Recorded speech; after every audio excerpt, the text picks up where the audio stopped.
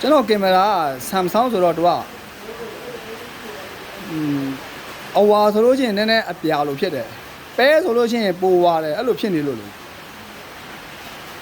တိတ်မမှန်ဘူးဖြစ်တာပေါ့ဒါကတည်းကဆိုလို့ရှိရင် iPhone ဆိုလို့ရှိရင်ဒါလုံးဝအဝါဖြောင်းအနာစာတစ်စက်မှဘောင်းဒီမှာကြည့်လိုက်ဒါအနိကကြောက်တာလည်းဆန်ပြီးသားဗျာ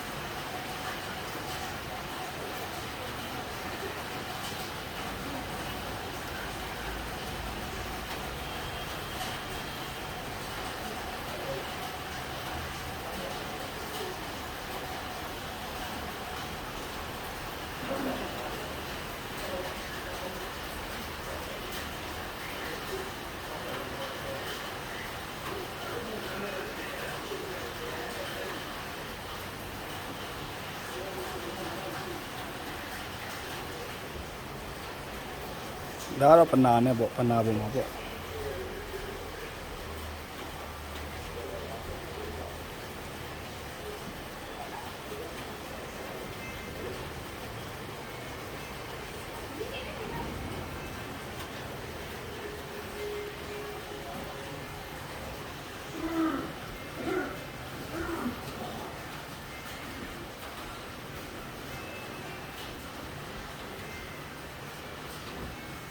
ဒီနေ့နေမပူလို့လေ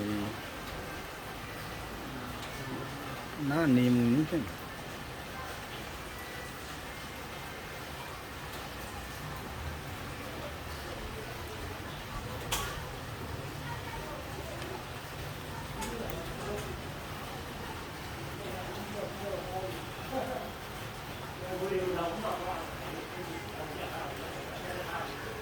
တော်လာတော့ဒါပနာပေါ်မှာအနာအစာတစ်စက်မှမရှိဘူး